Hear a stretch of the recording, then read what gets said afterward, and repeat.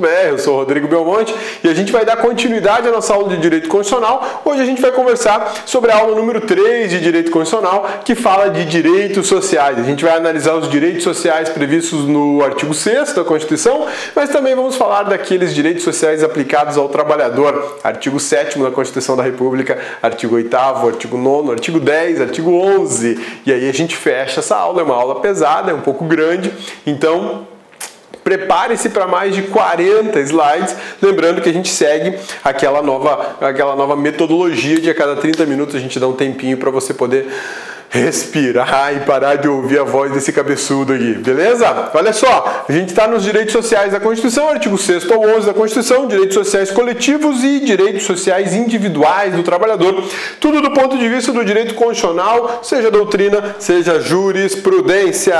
Então vamos lá, vamos começar, porque tem muita coisa para a gente ver na aula de hoje. Direitos sociais, subgrupo de garantias e direitos constitucionais previstos no título 2, que o título 2 fala dos direitos e garantias fundamentais. A gente já conversou sobre isso, mas vale a pena relembrar. Esse título dos direitos e garantias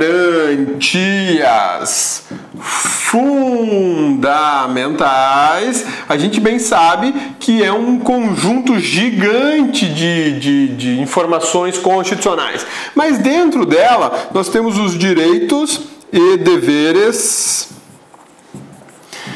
individuais, belezinha? E daqui eu também tenho o que a gente conhece como direitos sociais coletivos e também os individuais do trabalhador. É certo que a gente ainda vai ver mais outros direitos e garantias fundamentais, mas a aula de hoje está vinculada a esse tema aqui, ó, a esse tema. A gente não vai falar de direitos individuais diretamente não, mas a gente vai se focar, vai conversar sobre esse subgrupo de informações aqui da Constituição da República. Por isso que a gente fala que é um subgrupo de garantias e direitos fundamentais vinculados aos direitos e garantias fundamentais. Portanto, direitos sociais são direitos humanos, exatamente, são direitos humanos de segunda geração ou de segunda dimensão. E esse é um ponto importante, você tem que gravar, tem que saber que direitos sociais são direitos humanos de segunda geração, porque eles estão vinculados aos direitos fundamentais, que são por sua vez direitos humanos, mas eles pertencem aí a uma lista de direitos que vieram após os direitos civis, os direitos políticos, que a gente já trabalhou lá no artigo 5º. Isso não quer dizer, o fato de vir após, não quer dizer que os direitos individuais desapareceram, os direitos humanos de primeira geração desapareceram. Não, eles coexistem com os direitos sociais. Por isso que eu prefiro chamar direitos humanos de primeira dimensão, segunda dimensão, terceira dimensão. Há quem critique as duas classificações e tem uma terceira, mas isso aí é para aula de direitos humanos. Vamos seguir aqui no basicão, né, no feijão com arroz, que a gente vai fazer sucesso. Bora? Comparação. O artigo 5º fala de direitos individuais. Do artigo 6º ao 11, eu estou falando de direitos sociais individuais e coletivos. Aqui no artigo 5º eu tenho uma preocupação enorme com o indivíduo, a sua vida, a sua liberdade, a privacidade, né? A propriedade, a igualdade, por aí vai. Do 6º ao 11, eu tenho uma preocupação de caráter coletivo, tá aqui, de caráter coletivo e também de caráter individual. Quando é que eu tenho de caráter individual? Onde que eu tenho os direitos sociais de caráter individual? Aqui, ó, no artigo 7º da Constituição Federal de 1988, quando eu falo do trabalhador. É individual porque se refere especificamente ao trabalhador. Essa é a grande sacada da comparação que a gente já faz aqui. Tratam-se de liberdades positivas. Essas liberdades positivas, lembra dos 4 status de Jelinek que a gente estudou aqui nas nossas aulas? Pois bem, na verdade lá na aula eficácia constitucional, a aplicabilidade da Constituição, né? Que a gente estuda a eficácia das normas limitadas, contidas e de eficácia plena. E aí a gente estuda lá os 4 status de Jelinek. Um deles é justamente isso aqui, normas de caráter positivo. São normas afirmativas que impõem ao Estado alguma obrigação de fazer, seja uma proteção, seja um serviço público e por aí vai. As normas, as liberdades positivas, elas existem justamente para garantir ao trabalhador uma segurança, nesse caso uma segurança social, estabelecendo que o Estado deve agir em prol do trabalhador. Por exemplo, segurança do trabalho. O Estado vai legislar para produzir normas que criem regras de segurança no trabalho visando a tutela do trabalhador, limitações da exploração da mão de obra. Eu vou criar regras que estabeleçam um patamar máximo de horas trabalhadas por dia. Isso é o quê? São imposições apresentadas para o Estado para garantir liberdades para os trabalhadores. Acontece que os direitos sociais, de forma geral, eles não se vinculam apenas aos trabalhadores. A gente vai ver que os direitos sociais são direitos vinculados e direcionados para a sociedade de forma geral. São direitos como de garantia do lazer, garantia de moradia, vestuário, alimentação, previdência. Tudo isso é direito social e impõe ao Estado a realização de determinadas políticas públicas que tutelem tais direitos. Por exemplo, o programa Minha Casa Minha Vida. Isso é decorrente de uma política pública. O programa Minha Casa Minha Vida é uma política pública para financiar a habitação a preços populares, dar condição ao cidadão de baixa renda, aquele cidadão que tem uma remuneração pequena, que ele consiga adquirir o seu imóvel próprio, ainda que financiado em 2 milhões de anos, né? Mas não interessa, interessa que ele consiga ter o próprio imóvel, ter a sua propriedade. É um bem tão almejado por tantos brasileiros e é uma garantia fundamental. Todos devem possuir a sua morada, né? Então a ideia de ter uma liberdade positiva, de prestações sociais positivas, envolve justamente tudo isso, né? Regras de observância obrigatória em um Estado social. O Brasil é um Estado social ou não é um Estado social? Esse é um questionamento interessante que pode te aparecer nas provas de concurso público na parte teórica sobre direitos sociais. Vamos fazer uma análise rápida aqui, que é a seguinte, olha só, Estado... A palavra Estado, né, esse conceito Estado, ele aparece no seu aspecto individual. O foco era justamente o indivíduo, as liberdades individuais, tudo bem? Esse aqui é o que a gente chama de Estado, vou fazer aqui, ó, Estado liberal. É o que a gente fala de Estado do indivíduo. Ele era preocupado com as liberdades do indivíduo, liberdade de produção, liberdade de comércio, liberdade de ir e vir. A grande preocupação do Estado nesse momento era o indivíduo. Acontece que com mudanças sociais, o Estado deixa de ser tão individual e passa para aquilo que nós conhecemos como Estado, só que agora ele é social. A preocupação do Estado maior, o grande foco do Estado agora é a sociedade. Então, nós teremos regras preocupadas e voltadas para a sociedade, para a coletividade, né? Posso colocar aqui, ó, coletividade, né? Coletividade de trabalhadores, coletividade de pessoas de um determinado grupo social, são coletividades, de forma geral são coletividades. Essa transição aqui, ela é histórica, não só no Brasil como no mundo. Há uma discussão gigante se o Estado ele é individualista ou se ele é mais preocupado com a sociedade de forma geral. Os direitos humanos de primeira dimensão estão vinculados a esse Estado individual, esse Estado social. Já os direitos humanos de segunda dimensão, eles estão vinculados ao Estado social. As regras que a gente estuda aqui, como as regras do artigo 6º da Constituição Federal de 1988, eles têm uma vinculação enorme com esse movimento social. Pô, cabeça, então o socialismo vem disso? O socialismo tem suas raízes nessa preocupação com a coletividade. Isso é inegável. Isso é inegável. Mas isso não quer dizer que o Brasil é um país socialista. O Brasil é um país capitalista.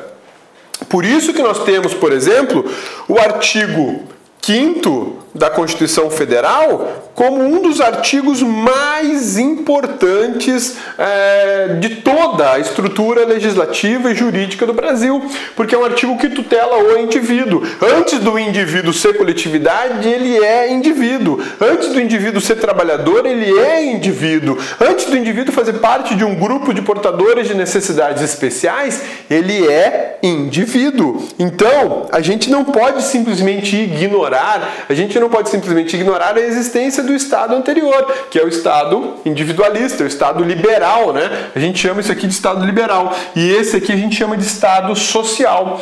Lembra quando a gente estuda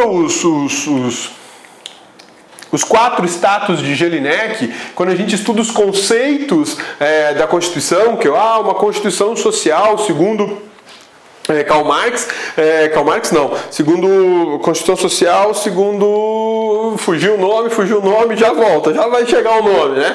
Que a grande preocupação é a sociedade, valores sociais, diferentemente, por exemplo, da Constituição normativa de Hans Kelsen. A Constituição normativa de Hans Kelsen, ela tem uma preocupação absurda com a norma, independente da norma ter caráter social ou individual, a preocupação é a norma por ela própria, né?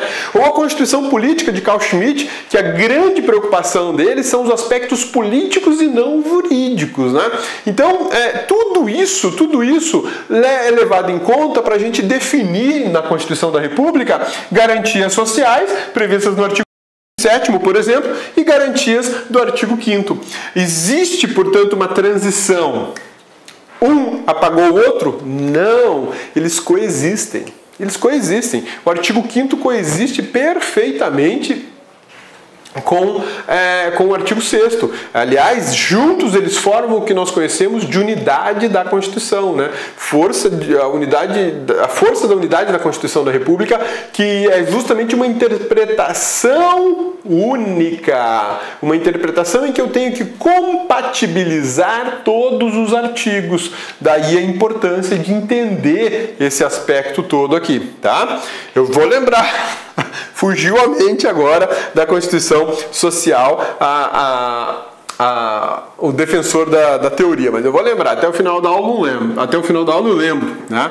Nem que eu tenha que pesquisar, mas eu vou lembrar, pelo amor de Deus, como é que eu fui esquecer disso, né? Ô cabeça, como é que você esqueceu? Não sei, eu acho que o cabeça tá ficando variado, né? Bora? Então olha lá, as regras de observância obrigatória em Estado social gera uma influência, por exemplo, ela é influência da Constituição mexicana ou da Constituição alemã de 1919. Que são duas constituições extremamente preocupadas com a sociedade, não apenas com o indivíduo, né?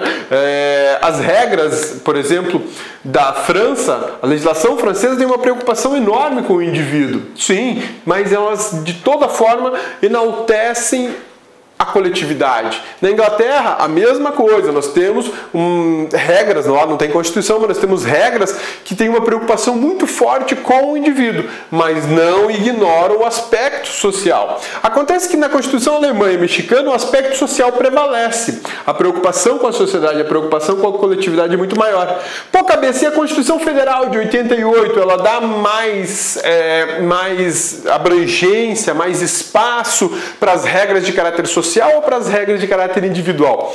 A Constituição Federal do Brasil ela é muito interessante porque ela é uma Constituição equilibrada. Ao mesmo tempo que ela dá inúmeros direitos sociais para a coletividade de trabalhadores ou para grupos indígenas, ou para idosos, ou para portadores de necessidades especiais e por aí vai, ela também dá extrema relevância, extrema importância jurídica para o indivíduo. Então ela é um misto, ela se equilibra, ela tem essa grande função de se equilibrar nesses dois grandes pilares de um Estado democrático. E quando há algo, de alguma forma, uma oscilação, entra o Supremo Tribunal Federal para fazer a interpretação que, segundo os ministros, é a mais adequada, né, para cada cada caso. Busca melhorar a condição de vida dos hipossuficientes. Esse é um grande ponto da Constituição, que é a preocupação com aqueles que têm menor renda, né? Ou que não têm renda alguma. Esse é o foco dos direitos sociais, eles são extremamente importantes. Isso não é papo de socialista nem de comunista, não tem nada a ver, né? Não é assistencialismo. É o fato de que o Estado enxerga o indivíduo também como um grupo e enxerga que existem grupos com menores condições financeiras e grupos com maiores condições financeiras. É por isso que nós temos direitos sociais, direitos de toda uma coletividade. A valorização social do trabalho está no artigo 1º da Constituição, inciso 4º, e fala justamente desses direitos sociais. E é interessante que é livre iniciativa no Estado brasileiro, ou seja, você pode fazer com o seu capital o que você bem entender, desde que aquilo que você faça seja lícito, né? Mas eu não posso fazer qualquer coisa com o capital sem eu ter uma valorização social do trabalhador, porque aí eu vou estar explorando indignamente ou desproporcionalmente a mão de obra do trabalhador. Vai montar sua empresa? Vou. Então você paga o salário previsto em lei, digno e justo para aquela atividade, né? E você recebe lá um salário mínimo, que é um salário hoje de R$880 e no ano que vem deve ir para 940, né? São espécies de direitos fundamentais e por isso tem aplicação imediata. Esse é um ponto muito delicado da nossa matéria, porque nem todos os doutrinadores concordam com isso, tá? Nem todos os doutrinadores concordam que os direitos sociais têm aplicabilidade imediata. Os doutrinadores mais tradicionais entendem que não, que a aplicabilidade imediata ela está vinculada justamente ao artigo 5º da Constituição da República e não ao artigo 6º, 7º, 8º. Já a doutrina mais contemporânea, uma doutrina mais moderna, mais vinculada em posicionamentos do Supremo Tribunal Federal, ela já entende que os direitos sociais do trabalhador, por exemplo, são de aplicação imediata. Se eu não tiver norma regulamentando, eu posso, por meio de mandado de injunção, por exemplo, fazer a aplicação de determinada garantia constitucional. Havendo omissão da regulamentação desses direitos constitucionais, admite-se manuseio de quê? Mandado de injunção e da ação direta de inconstitucionalidade, que é o que a gente estava falando. Por que isso é assim? Quando eu tenho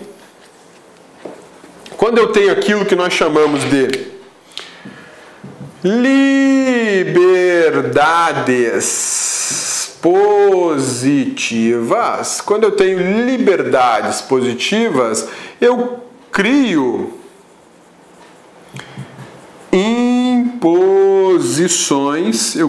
imposições para o Estado. É o que a gente chama de obrigações positivas. O Estado assume a obrigação de fazer alguma coisa.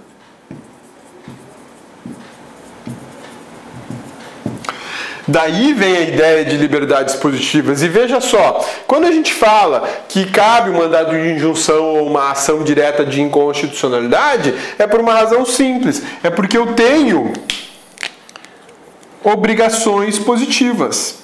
Ou seja, o Estado tem que fazer alguma coisa, ele é obrigado a fazer alguma coisa. Eu não posso simplesmente ignorar a figura do indivíduo ou da sociedade e deixar de fazer.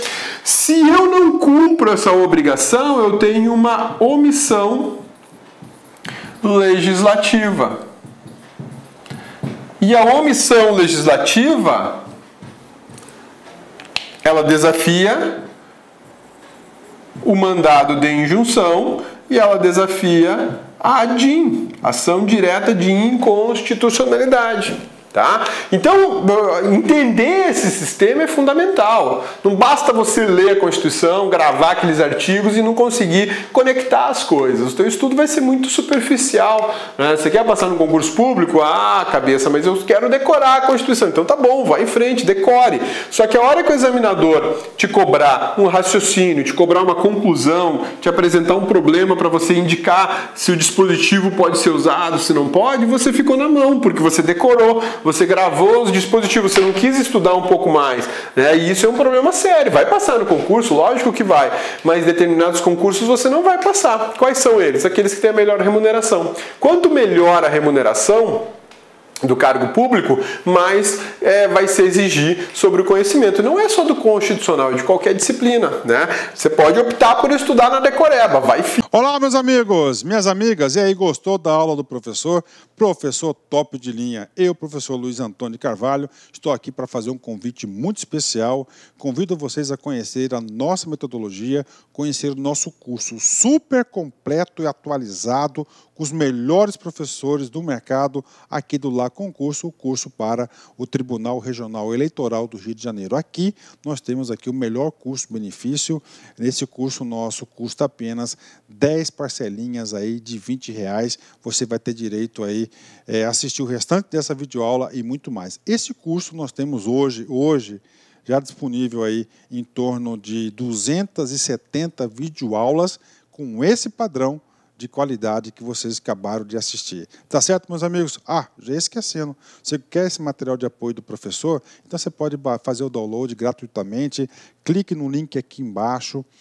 Clique lá, faz um cadastrozinho. Você vai poder baixar esse material de apoio de forma gratuita aqui do Lá Concurso. Tá certo, meus amigos? Então espero vocês aqui do Lá. Forte abraço, fique com Deus. Tchau, tchau. Clique lá.